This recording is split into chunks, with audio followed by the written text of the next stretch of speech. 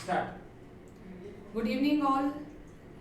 Again Garima Rathore standing in front of you, आप सभी का वेलकम करती है to a wonderful platform of education Shri Karni Academy and एजुटेक। मैं गरिमा राठौर यहाँ पे आपकी केमिस्ट्री एजुकेटर हूँ, जो आपको एजुकेट करूँगी for your chemistry knowledge.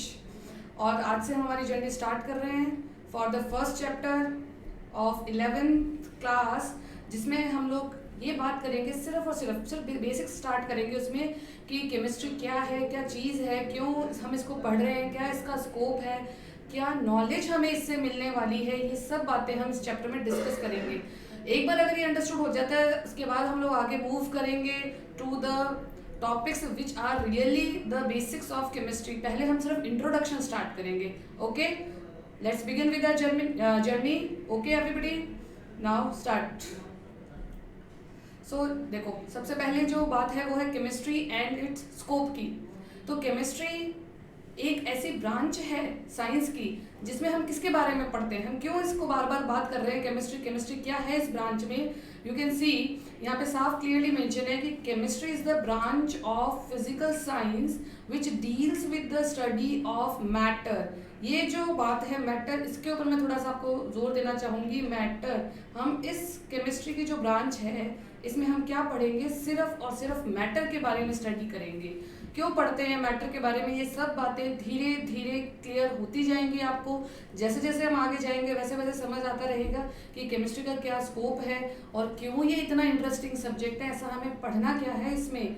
Okay, सो सबसे पहले मैं क्लियर कर देती हूँ डेफिनेशन में। हम इसमें सभी तरह के सब्सटेंसेस के बारे में पढ़ेंगे। सारे भी जो सब्सटेंसेस हैं वो सभी के सभी मिलकर बने हैं विद द मैटर, इसलिए हम यहाँ पे किसकी बात करते हैं, मैटर की बात करते हैं। और सिर्फ मैटर ही नहीं पढ़ना है, बल्कि और क्या पढ़ना है, you can see here it's physical and chemical properties. तो केमिकल और फिजिकल प्रॉपर्टी भी पढ़ लेंगे मैटर की, वो क्या होती हैं वो सब आपको बताई जाएगी यही इसी ब्रांच में केमिस्ट्री में। धीरे धीरे बहुत इंटरेस्ट डेवलप होता रहेगा, बहुत ईजी बन जाएगी केमिस्ट्री आपके लिए। सो लेट्स सी, फिजिकल और केमिकल प्रॉपर्टी के अलावा हम और क्या यहाँ पे पढ़ेंगे, we would be studying about its chemical composition. किसका केमिकल कॉम्पोजिशन, किसकी बात हो रही है यहाँ पे, किसकी हो रही है, मैटर की। मैटर क्या है ये भी आपको भी मैं बताती हूँ, कुछ ही मिनटों में आपको बता दूंगी मैटर क्या है। मैटर की फिजिकल केमिकल प्रॉपर्टी और साथ ही साथ में उसका केमिकल कॉम्पोजिशन, यानी कॉम्पोजिशन मतलब किससे मिलकर बना है, क्या संगठन है उसका, हम उसकी भी चर्चा यहाँ पे करेंगे डिटेल में। ओके एवरीबॉडी, चलो आगे चलते हैं। और क्या क्या पढ़ना है हमें यहाँ पे, the physical and chemical change which it undergoes. और साथ ही साथ में हम ये भी देखेंगे कि जो मैटर है, हम जिसकी बात कर रहे हैं इस केमिस्ट्री में, जो मैटर है इसमें किस तरह के चेंजेस हम ऑब्जर्व करेंगे। हमारी डेली लाइफ में भी मैटर जो है वो बहुत ज़्यादा यूजफुल है और उसमें क्या क्या चेंजेस होते हैं, कुछ ऐसे एग्जाम्पल्स होंगे जिनसे ये पता चलेगा कि अरे ये चेंज तो हम रोज देखते हैं और हमें पता ही नहीं कि ये केमिस्ट्री का चेंज है। देखो इतना आप अपनी लाइफ के एग्जांपल्स जो है उनको रिलेट करना सीख जाओगे। ठीक है, पढ़ाई क्या है, नॉलेज क्या है, वही जब हमें ये पता चल जाए कि जो हमने नॉलेज लिया है, जो भी हमने सीखा है, वो सब क्या है, हमारी लाइफ से ही रिलेटेड है। साइंस क्या है, एक वो ब्रांच है जो हमारे अंदर जितनी भी क्यूरियोसिटी है उस सब का आंसर्स अगर हमें चाहिए, जितनी भी बातें हमारे मन में आती है, चांद क्यों है, सितारे क्यों है, आसमान क्यों है, ये कलर क्यों है, वो स्काई का कलर ब्लू क्यों है, इन सब के आंसर्स हमें कहाँ मिलेंगे, सिर्फ साइंस में मिल सकते हैं। इसीलिए अपने आप में एक इंटरेस्टिंग ब्रांच बन जाती है और इसीलिए हम यहाँ पे इसकी चर्चा कर रहे हैं कि केमिस्ट्री जो एक और अलग से सेपरेट ब्रांच है साइंस की, उसमें हमें क्या क्या पढ़ना है, फिजिकल एंड केमिकल चेंज भी पढ़ेंगे कि मैटर में कौन कौन से फिजिकल और केमिकल चेंज होते हैं। धीरे धीरे सब बातें आपको समझ आती रहेगी और आपके जो मन के डाउट हैं वो सब क्लियर होते रहेंगे। साथ ही साथ में और क्या पढ़ेंगे, the energy that accompany these processes, the energy. अच्छा, एक और बात मैं आपको यहाँ पे क्लियर कर देती हूँ, जब हम बात करते हैं किसी तरह के चेंज की तो वहाँ पर ऐसा नहीं है कि बिना एनर्जी के कोई रिएक्शन या कोई चेंज प्रोसीड हो जाए। जैसे सिंपल सा एक बात करते हैं, अगर हम कैंडल को बर्न कर रहे हैं, ठीक है, तो कैंडल को बर्न करने के लिए मुझे उसको हीट एनर्जी देनी पड़ेगी। मैं कहूँ कैंडल चल जल जा, तो ऐसा नहीं है, इट इज़ नॉट पॉसिबल। मैं कोई जादू नहीं कर सकती हूँ, मुझे कुछ ना कुछ एनर्जी के फॉर्म में उसको प्रोवाइड करना पड़ेगा। तो वो एनर्जी चेंजेस, जब मैटर के फिजिकल और केमिकल चेंजेस की हम बात करेंगे तो किस तरह का यहाँ पे एनर्जी चेंज होगा हम वो भी साथ साथ डिस्कस करते रहेंगे। ठीक है, तो यहाँ पे टोटल इसका पूरे का हम क्या समरी ले सकते हैं कि बेसिकली हमें 11th में केमिस्ट्री में क्या पढ़ना है, हमें पढ़ना है मैटर के बारे में। मैटर क्या है, कैसा है, किस चीज का बना है, क्या क्या चेंजेस हो सकते हैं उसके अंदर, समझ आ रही बात, कौन कौन से एनर्जी चेंजेस होंगे, मैटर का संगठन क्या है, ये सब बातें हम यहाँ पे डिस्कस करेंगे टाइमली, टाइम टू टाइम। पहले बहुत सिंप्लीफाइड मैनर में हम लोग हमारी जो जर्नी है वो स्टार्ट करेंगे। क्लियर है, इसमें कुछ ज्यादा नहीं है, सिर्फ आपको ये बताया है कि केमिस्ट्री में हमें क्या पढ़ना है, मैटर के बारे में पढ़ना है, बस दैट्स इट। ये सिर्फ इंट्रोडक्टरी पार्ट चल रहा है बेटा, अभी ज्यादा कुछ नहीं सोचना है, इंट्रोडक्टरी पार्ट है। इंटरेस्ट बनाओ अपना, देखो क्या क्या हमें जानने को मिलेगा इस ब्रांच में। सो अब हम देखते हैं अभी केमिस्ट्री जो एक बहुत बड़ी ब्रांच है साइंस की, उसको भी फर्दर डिवाइड किया गया है इनटू सम स्मॉलर ब्रांचेस। सो कौन कौन सी ब्रांचेस है, देखो हेडिंग क्या लिखी है, the 4 main branches of chemistry. तो सबसे पहली बात कि हमें यहाँ पे और कौन सी ब्रांचेस के साथ डील करना होगा केमिस्ट्री की, 4 मेन ब्रांचेस होगी। कौन कौन सी है 4 मेन ब्रांचेस, ये देखो, organic chemistry, inorganic, physical, analytical.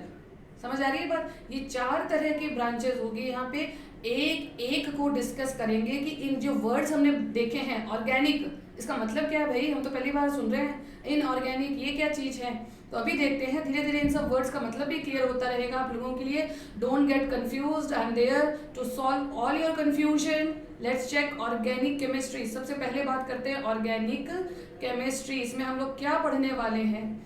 It is concerned with the study of compounds. Compounds की स्टडी है, यौगिकों की स्टडी है, ठीक है, लेकिन हम तो केमिस्ट्री में तो हम तो ये पढ़ ही चुके हैं कि हम तो सिर्फ सब्सटेंसेस ही पढ़ने वाले हैं, तो कंपाउंड भी एक तरह का सब्सटेंस ही है।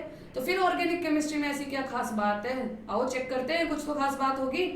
कंपाउंड्स ऑफ कार्बन, हम ऑर्गेनिक केमिस्ट्री में क्या पढ़ते हैं बेटा, सिर्फ और सिर्फ कार्बन के कंपाउंड्स की स्टडी करते हैं।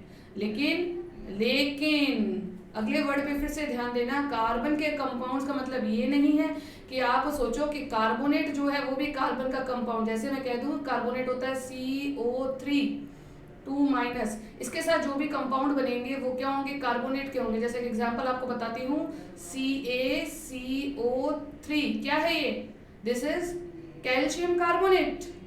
लेकिन कैल्शियम कार्बोनेट की स्टडी ऑर्गेनिक केमिस्ट्री में नहीं होती है। अरे भाई, अब आपके मन में ये बात है कि अभी तो मैम ने कहा है कार्बन पढ़ना है और अभी कह रही है कि कैल्शियम कार्बोनेट नहीं पढ़ेंगे, जबकि इसके अंदर सामने सामने हमें दिख रहा है कि कार्बन प्रेजेंट है, तो फिर हम इसकी स्टडी क्यों नहीं करेंगे। क्यों बेटा, कुछ एसेंशियलिटी है, कुछ क्राइटेरिया फिक्स किया है ऑर्गेनिक कंपाउंड्स का, तो वो कंपाउंड जो कार्बन से बने हैं उनको तो पढ़ेंगे, लेकिन ये स्पेसिफाई करना जरूरी है कि ऑर्गेनिक केमिस्ट्री में हम कार्बन के कौन से कंपाउंड पढ़ते हैं। वो नहीं पढ़ेंगे जो कार्बोनेट्स हैं, वो नहीं पढ़ेंगे जो बाइकार्बोनेट्स हैं, साइनाइड्स जैसे कि CN, साइनाइड नहीं पढ़ेंगे, आइसोसीएन, NCs नहीं पढ़ेंगे, कार्बाइड्स नहीं पढ़ेंगे, ऑक्साइड्स ऑफ कार्बन, इनकी स्टडी हम यहाँ पे नहीं करेंगे। तो एक्चुअली फिर करेंगे क्या, क्यों पढ़ रहे हैं ये word, it is actually deals with the hydrocarbons. ये वर्ड आप दिमाग में रखना, बस किसके बारे में पढ़ना है हमें यहाँ पे ऑर्गेनिक केमिस्ट्री में, हाइड्रोकार्बन्स। क्या है हाइड्रोकार्बन्स, देखो मैंने यहाँ पे क्या बताया था आपको, हमें कार्बन के कंपाउंड्स के बारे में स्टडी करना है, कार्बन के कंपाउंड्स के बारे में। तो कार्बन के कौन से कंपाउंड्स, वो कंपाउंड्स जिन्हें हम क्या कह रहे हैं, हाइड्रोकार्बन्स कह रहे हैं। Now what is the meaning of hydrocarbon, क्या है हाइड्रोकार्बन, आपको सिर्फ अभी के लिए, स्टार्टिंग है ना बेटा, तो अभी के लिए सिर्फ इतना याद रखना है, वो सभी कंपाउंड्स जिनमें कार्बन और हाइड्रोजन के बीच में बॉन्डिंग है। यानी सिंपली हम यूँ कह देते हैं ना भाई कि कार्बन और हाइड्रोजन से मिलकर बनने वाले जो कंपाउंड हैं उनकी स्टडी हम कहाँ करते हैं, ऑर्गेनिक केमिस्ट्री में करते हैं। क्लियर हो रही है। हाइड्रोकार्बन ये जो वर्ड है इसमें भी देखो, हाइड्रो जो वर्ड आया है वो आया हाइड्रोजन से, कार्बन जो वर्ड आया है वो आया है कार्बन से। यानी ऑर्गेनिक केमिस्ट्री कार्बन के कंपाउंड्स को पढ़ती है, लेकिन कौन से कार्बन कंपाउंड्स को, जिन्हें हम क्या कहेंगे, हाइड्रोकार्बन्स कहेंगे। यानी जो कार्बन और हाइड्रोजन ये दो होना उसमें जरूरी है। यानी कार्बोनेट के जैसे मैंने आपको अभी एग्जाम्पल बताया था, कैल्शियम कार्बोनेट है, इसमें कार्बन तो है, ऑक्सीजन भी है, लेकिन हाइड्रोजन इज नॉट प्रेजेंट। अगर हाइड्रोजन नहीं है तो फिर हाइड्रोकार्बन नहीं बना। ध्यान रखना इस बात का। तो ऑर्गेनिक केमिस्ट्री में कार्बन के कौन से कंपाउंड की स्टडी होती है? सिर्फ और सिर्फ हाइड्रोकार्बन्स की स्टडी होती है। हाइड्रोकार्बन क्या है? जो कार्बन और हाइड्रोजन से मिलकर बने हैं, उन सभी तरह के कंपाउंड्स को हम क्या कहेंगे? हाइड्रोकार्बन्स कहेंगे। ओके, सेकंड स्टार्ट करते हैं। सेकंड टाइप की जो ब्रांच है उसे हम कहते हैं inorganic chemistry. You can see inorganic chemistry. अब इनऑर्गेनिक केमिस्ट्री में क्या पढ़ना है? देखो, इसमें बहुत सिंपली मैंने डेफिनेशन लिखी है। इट डिलेज नहीं है, sorry, it would be deals. इसको करेक्ट कर लें, आई एम राइटिंग ओवर हियर। इसका मतलब है डील्स। इट डील्स विद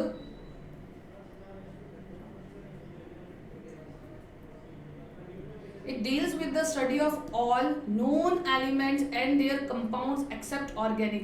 तो भाई ऑर्गेनिक कंपाउंड की या हाइड्रोकार्बन की चर्चा तो हमने ऑर्गेनिक केमिस्ट्री में कर ली। ऑर्गेनिक केमिस्ट्री कहाँ घूमेगी? ऑर्गेनिक कंपाउंड के चारों ओर घूमेगी। इनऑर्गेनिक में हम क्या पढ़ेंगे? कार्बन और हाइड्रोजन के, यानी मैं इस तरह से कह दूं कि हाइड्रोकार्बन्स जो हम ऊपर पढ़ चुके हैं उनके अलावा जितने भी कंपाउंड्स होंगे वो सारे हम यहाँ पे स्टडी करेंगे। सिर्फ और सिर्फ हाइड्रोकार्बन्स की स्टडी यहाँ पर नहीं होगी।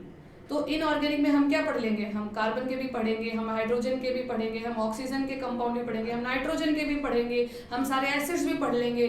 सारा लिखा है यहाँ पे ऑल नोन एलिमेंट्स। एलिमेंट्स का मतलब क्या है? जो अभी इस दौरान, इस टाइम पे जो मौजूद है ऑन अर्थ, जितने भी तत्व मौजूद हैं, उन सब के कंपाउंड्स की हम जहाँ पे स्टडी करते हैं उस ब्रांच को हम क्या कहते हैं? इनऑर्गेनिक केमिस्ट्री कहते हैं। आपको धीरे धीरे सब पता चलता रहेगा कि इनऑर्गेनिक केमिस्ट्री में कार्बन, हाइड्रोजन, इनके हमें कौन से कंपाउंड पढ़ना है। भाई क्या पढ़ना है? अभी तो बेटा मैं सिर्फ आपको इंट्रोडक्शन दे रही हूँ, हम सिर्फ एक चर्चा कर रहे हैं छोटी सी कि इन सब वर्ड्स का मतलब क्या है। ठीक है, जैसे जैसे हम आगे बढ़ते जाएंगे, जैसे जैसे हम केमिस्ट्री के साथ दोस्ती करते जाएंगे, वैसे वैसे ये सारी बातें और इजियर होती जाएंगी और क्लियर होती जाएंगी आपके दिमाग में। ओके, सो अब हम अगला टॉपिक देखते हैं, अगली ब्रांच देखते हैं। It is the physical chemistry. दिख रहा है आपको? थर्ड टाइप जो है, it is the physical chemistry. Physical chemistry में क्या पढ़ेंगे?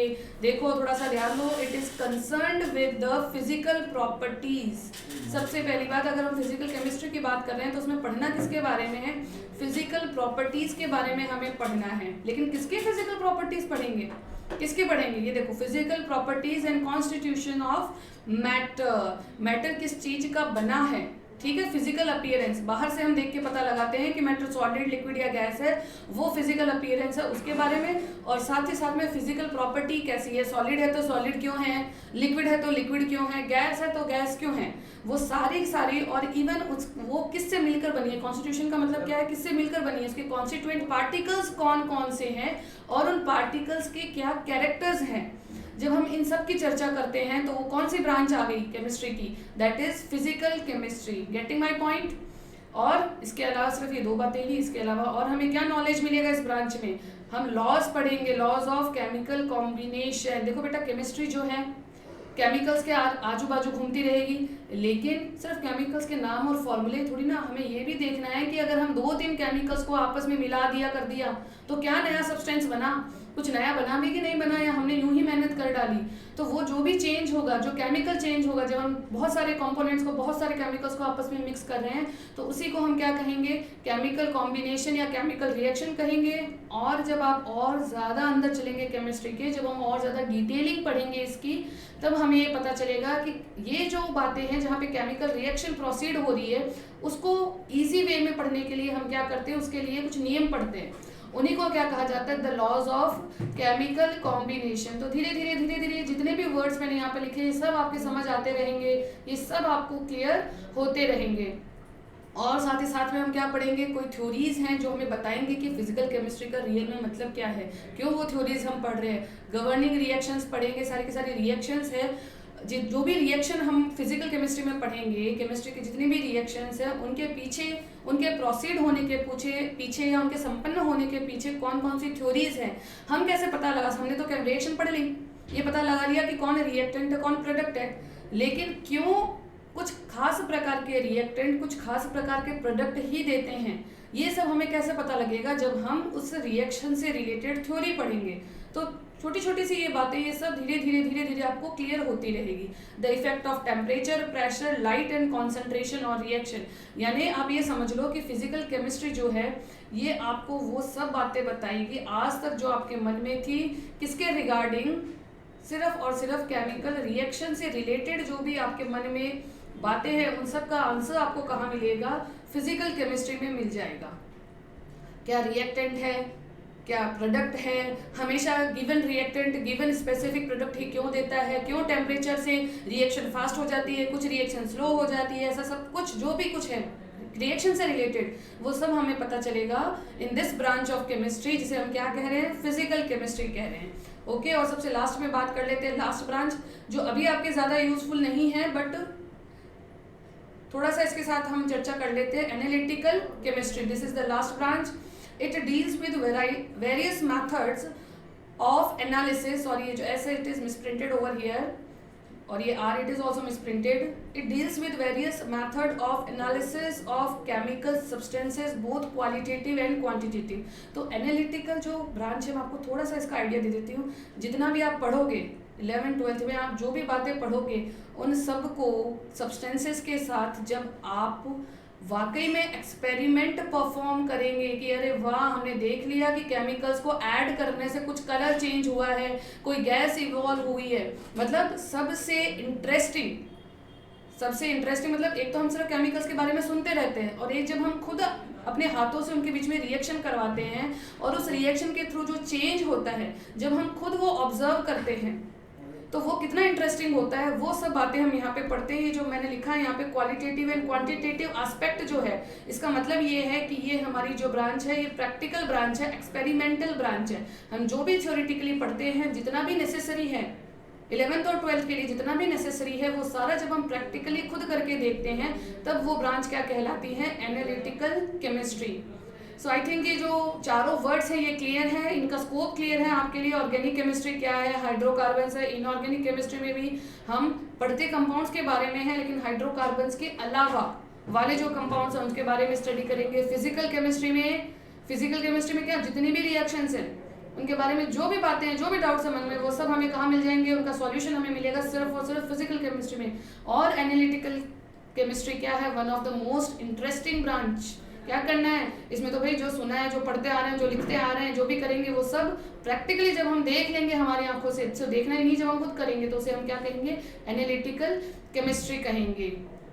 मेरे ख्याल से ये पॉइंट क्लियर है बेटा। These are the branches of chemistry. अगला देखते हैं क्लासिफिकेशन ऑफ मैटर। देखो बेटा फर्स्ट टाइम जो मैंने आपको बताया था कि केमिस्ट्री में हमें पढ़ना किसके बारे में है, वो वर्ड था मैटर। अब हम इस वर्ड को थोड़ा और डिस्कस करेंगे क्योंकि जब तक इसका कॉन्सेप्ट क्लियर नहीं हो जाता कि मैटर क्या चीज़ है भाई, तब तक केमिस्ट्री का कॉन्सेप्ट क्लियर नहीं होगा, तब तक हम उसके बेसिक से ऊपर नहीं जा सकते।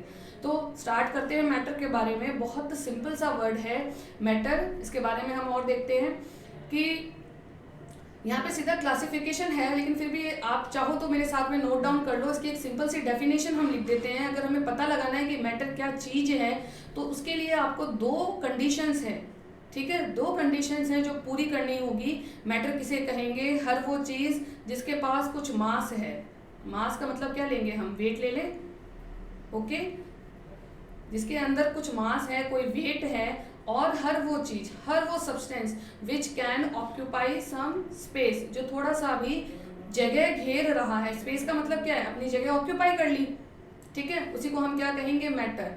तो मैटर है, हमारी बॉडी भी मैटर है, हम भी मैटर है, आप भी मैटर हो, pen, pencil, eraser, even air is also a matter, जिसे हम देख नहीं पा रहे हैं but we can feel it, okay, वो भी मैटर है। आप देखो इसका बहुत कॉमन सा एग्जांपल मैं बताती हूँ। जब हम एयर को ब्लो करते हैं इनटू अ बलून, अगर बलून में हमने थोड़ी सी एयर ब्लो कर दी, भर दी, तो आप क्या देखोगे, बलून की जो शेप है वो बिल्कुल चेंज हो जाती है, बलून की शेप चेंज हो जाती है। तो चेंज क्यों हो गई, कौन चला गया उसके अंदर, कोई जादू थोड़ी ना हुआ है, हमने हवा भरी है। तो यानी एयर भी क्या है, एक मैटर है जो बलून के अंदर की जो खाली स्पेस थी उसको भर लिया एयर ने, और इसके कारण क्या हुआ, बलून का जो शेप है वो चेंज हो गया।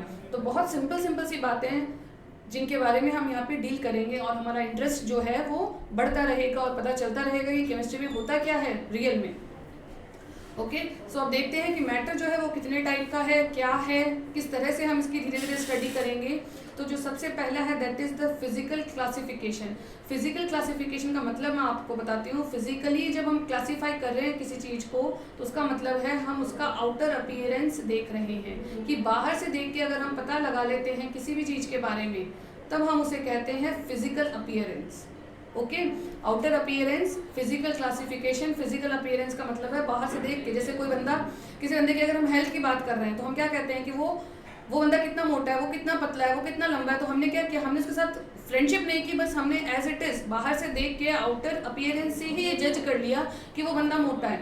लेकिन अगर हम बात करते हैं कि अरे वो बहुत अच्छा है, वो बहुत समझदार है, उसका नेचर बहुत अच्छा है, तो उसके लिए हमें क्या करना पड़ेगा, उसके साथ टाइम स्पेंड करना पड़ेगा।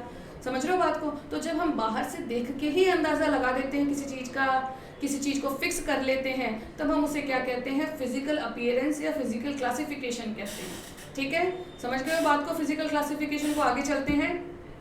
तो फिजिकली यानी बाहर से देख के आउटर अपीयरेंस से ही हम क्या करेंगे, मैटर को कितने फॉर्म्स में डिवाइड कर सकते हैं, इनटू 3 फॉर्म्स। 3 तरह से हम उसको डिवाइड कर सकते हैं, क्लासीफाई कर सकते हैं बाहर से देखकर।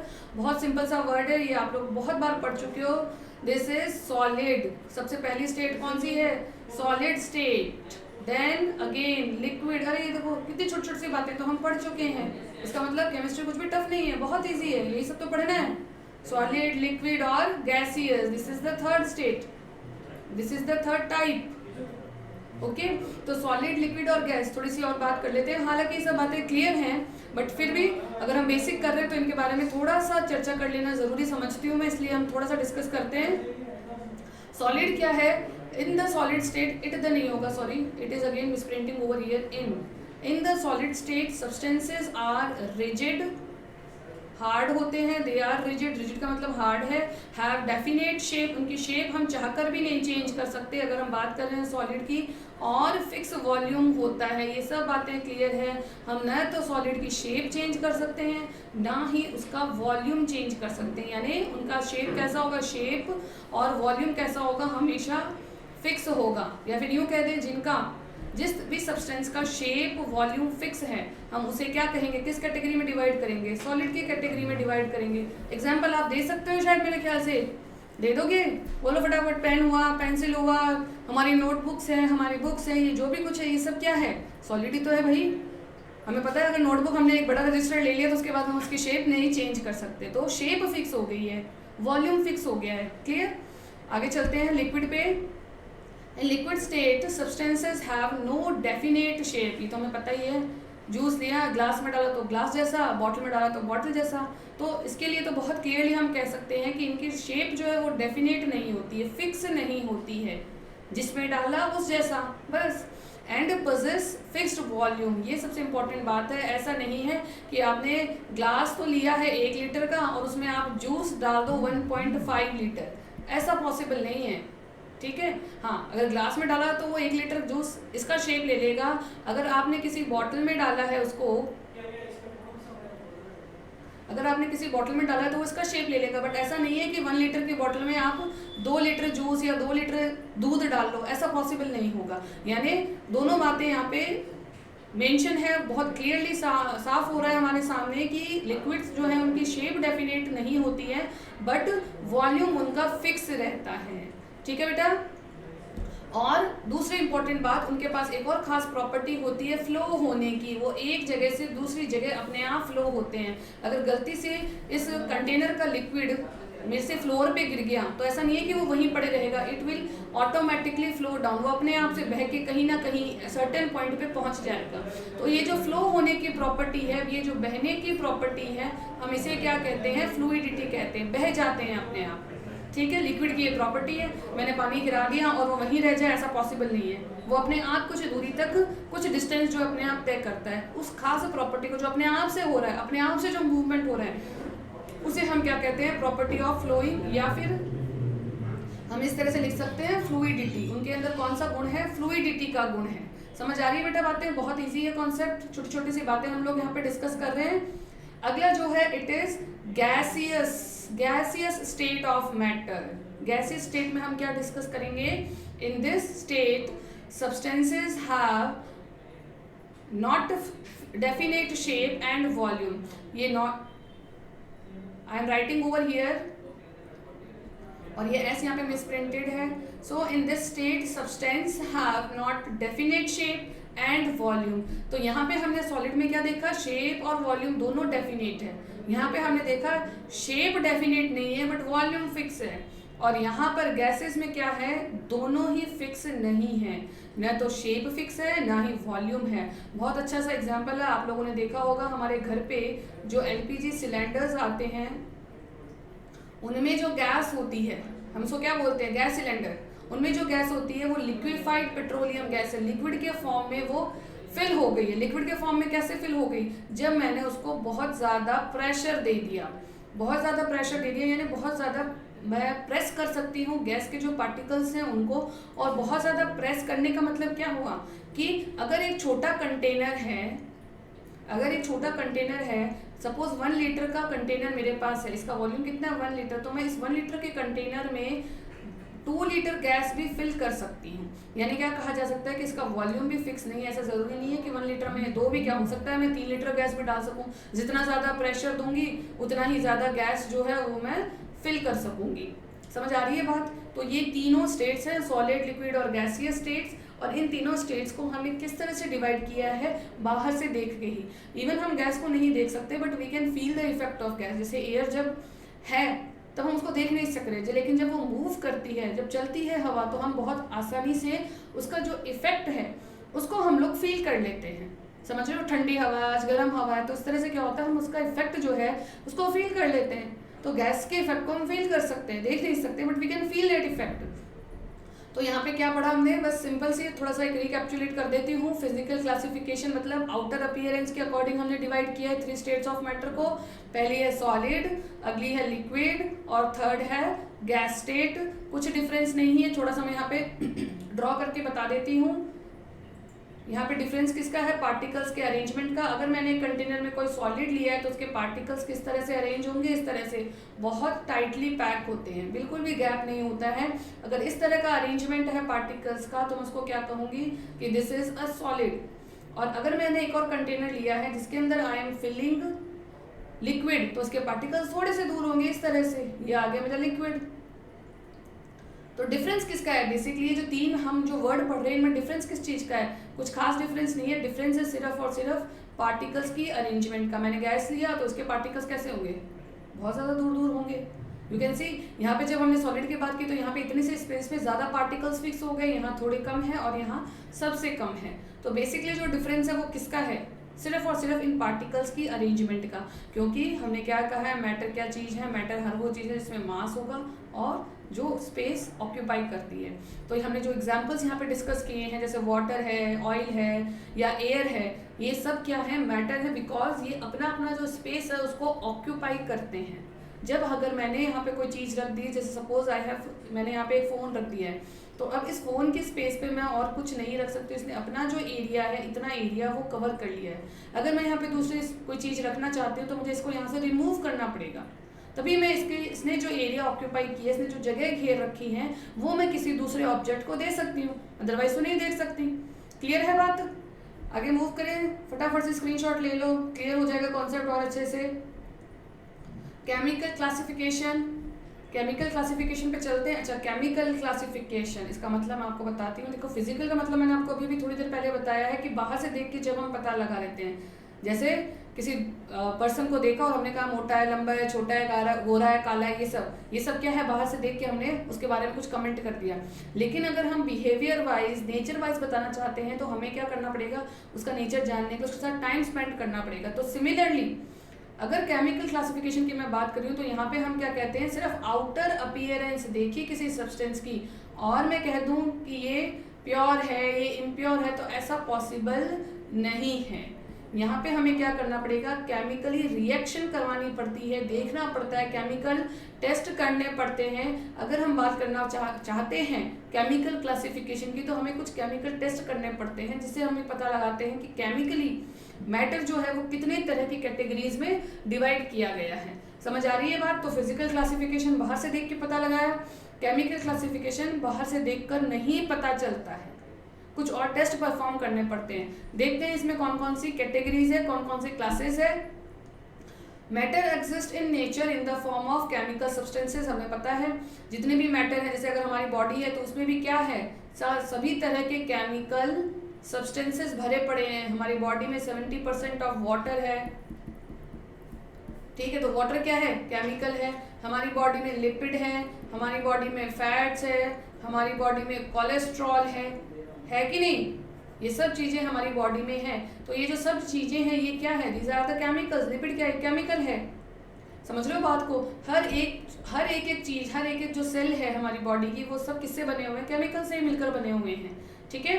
तो आगे देखते हैं, अगर हमारी खुद की बॉडी ही केमिकल से मिलकर बनी है तो केमिकल्स के बारे में जानना तो बहुत इंपॉर्टेंट हो जाता है कि नहीं, कि ऐसा क्या है भाई कि हमारी बॉडी पूरी केमिकल से मिलकर बनी है और इतनी बड़ी स्ट्रक्चर है, इतना बड़ा साइज है, कैसे पता चलेगा, जब हम केमिस्ट्री पढ़ लेंगे तभी तो पता चलेगा।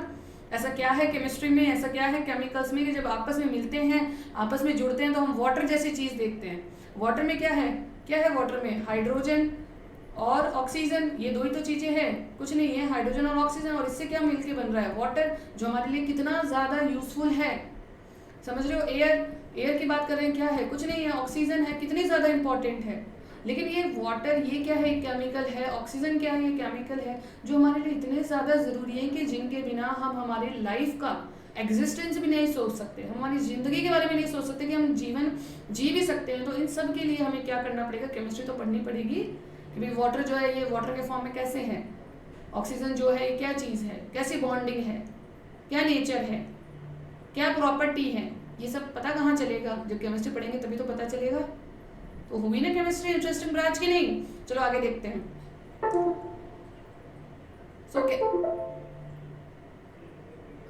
केमिकल क्लासिफिकेशन में हम लोग देख रहे हैं प्योर सब्सटेंसेस के बारे में। प्योर सब्सटेंस क्या है, सबसे पहले बात करते हैं प्योर सब्सटेंस की। प्योर सब्सटेंस क्या है, a pure substance is a variety of matter, variety मतलब a type of matter, all samples of which have same composition and properties.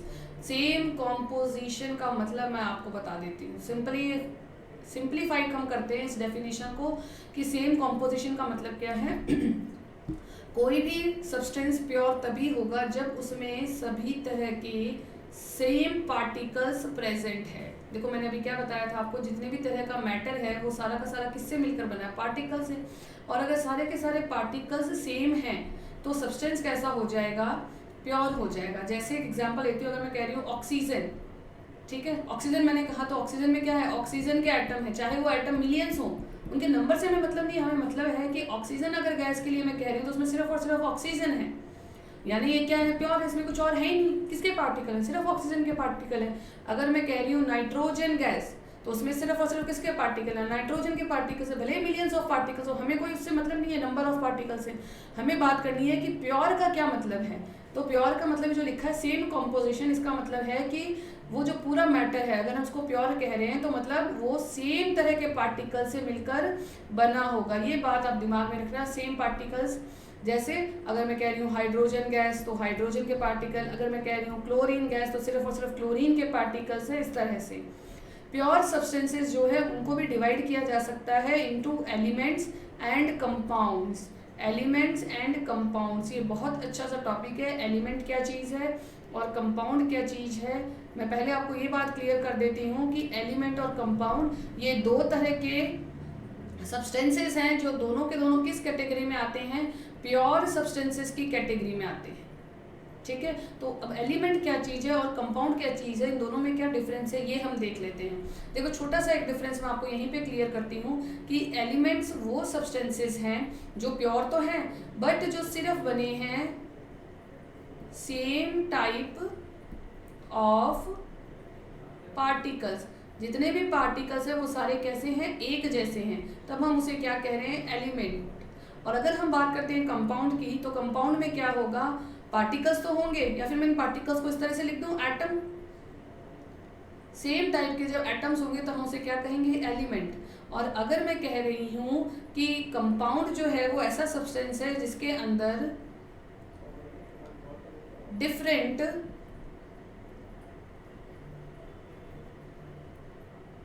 Type of atoms are present, atoms का मतलब क्या है, particle से। तो अलग अगर डिफरेंट टाइप के पार्टिकल से मिलकर बना है तो कंपाउंड। लेकिन एक बात है, डिफरेंट पार्टिकल्स भले ही हों, लेकिन दूसरी जो इंपॉर्टेंट बात है वो आपको दिमाग में रखनी है कि जो डिफरेंट टाइप के पार्टिकल्स हैं उनका जो नंबर है वो हमेशा फिक्स होता है, फिक्स नंबर में होता है। जैसे एक एग्जांपल देती हूँ, जैसे मैं कहूँ वाटर, तो वाटर में क्या है, सेम एलिमेंट्स नहीं है, यहाँ पे हाइड्रोजन भी है और ऑक्सीजन भी है, समझ रहे हो। तो अलग अलग तरह के एटम्स आ गए, बट चाहे मैं वाटर ले लूँ बिस्लरी बॉटल का, चाहे मैं वाटर ले लूँ अमेरिका का, चाहे मैं वाटर ले लूँ इंडिया का या जोधपुर का, वाटर इज वाटर, यानी 2 हाइड्रोजन और 1 ऑक्सीजन एटम से जो मिलकर बनेगा उसे हम क्या कहेंगे, वाटर। यानी वाटर नाम कहते ही वर्ल्ड के किसी भी कोने में चले जाओ, ये बात क्लियर है कि इट इज H2O। तो जब ये बात फिक्स हो जाती है कि डिफरेंट एटम भले ही हों, बट एटम्स का नंबर अगर फिक्स हो जाता है तो हम उसे क्या कहते हैं, कंपाउंड। देखो मैंने अभी थोड़ी देर पहले आपको एग्जांपल बताया था, अगर मैं बात कर रही हूँ हाइड्रोजन गैस की तो इसमें सिर्फ हाइड्रोजन के पार्टिकल्स हैं, अगर मैं बात कर रही हूँ ऑक्सीजन गैस की तो सिर्फ इसमें ऑक्सीजन के पार्टिकल्स हैं। यानी ये क्या है, एक ही तरह के पार्टिकल्स। तो इसको तो हम किस कैटेगरी में डालेंगे, एलिमेंट की कैटेगरी में डालेंगे। लेकिन अगर मैं बात कर रही हूँ डिफरेंट टाइप्स ऑफ, जैसे वाटर बन गया, हाइड्रोजन और ऑक्सीजन जब तक अलग अलग हैं तब तक एलिमेंट हैं, लेकिन जब एक दूसरे से कंबाइन कर गए तो क्या बन गया, एक कंपाउंड, जिसके अंदर हमेशा नंबर जो है एटम्स का वो फिक्स रहता है। जैसे एक और एग्जांपल लेते हैं, अगर मैं बात कर रही हूँ सल्फ्यूरिक एसिड, नाम सुना होगा आप लोगों ने, सल्फ्यूरिक एसिड H2SO4। अब इसके अंदर देखो हाइड्रोजन के एटम भी है, सल्फर के भी हैं, ऑक्सीजन के भी हैं, बट ये बात हमेशा फिक्स रहती है कि यहाँ पे 2 हाइड्रोजन, 1 सल्फर और 4 एटम ऑक्सीजन के रहेंगे, तब मिलकर बनेगा सल्फ्यूरिक एसिड। तो जब एटम्स डिफरेंट हो, पार्टिकल्स डिफरेंट हो, लेकिन उनका नंबर फिक्स हो, तब हम उस बनने वाले सब्सटेंस को क्या कहते हैं, कंपाउंड। और अगर सिर्फ और सिर्फ एक ही तरह के पार्टिकल्स हैं, एक ही तरह के एटम्स हैं, जैसे हाइड्रोजन की बात कर ली, ऑक्सीजन की बात कर ली, क्लोरीन की बात कर ली, सल्फर की बात कर ली, तो यहाँ पे क्या होगा, सिर्फ एक ही तरह के पार्टिकल्स होंगे, एक ही तरह के एटम्स होंगे, और इसलिए हम इसे क्या कहेंगे, एलिमेंट कहेंगे। तो ये जो प्योर सब्सटेंसेस का कॉन्सेप्ट है, समझ आया। प्योर सब्सटेंसेस मतलब सबसे पहली बात जो आपको याद रखनी है, हर वो चीज़ प्योर होगी केमिस्ट्री के अकॉर्डिंग जिसमें सिर्फ एक ही तरह के पार्टिकल्स हैं, एक ही तरह के एटम्स हैं, ठीक है। अब ये जो है 2 तरह से डिवाइड किया जा सकता है, एलिमेंट भी प्योर होते हैं, कंपाउंड भी प्योर होते हैं। एलिमेंट और कंपाउंड का जो मेन डिफरेंस है वो किस बात का है कि किस तरह के पार्टिकल्स हैं। अगर सारे पार्टिकल्स सेम हैं तो एलिमेंट, अगर पार्टिकल्स डिफरेंट है लेकिन उनका नंबर फिक्स है, तब हम उसे क्या कहेंगे, कंपाउंड कहेंगे। समझ आ रही है बात, इतना कॉन्सेप्ट क्लियर है कि एलिमेंट और कंपाउंड। अगर मैं ये क्वेश्चन आपको दूं होमवर्क में कि एलिमेंट और कंपाउंड प्योर सब्सटेंसेस क्यों है, तो you can write the answer, लिख लोगे आंसर अपने आप से। ओके, सो कल फिर मिलते हैं सेम टाइम सेम चैनल पे to solve all the doubts related to chemistry.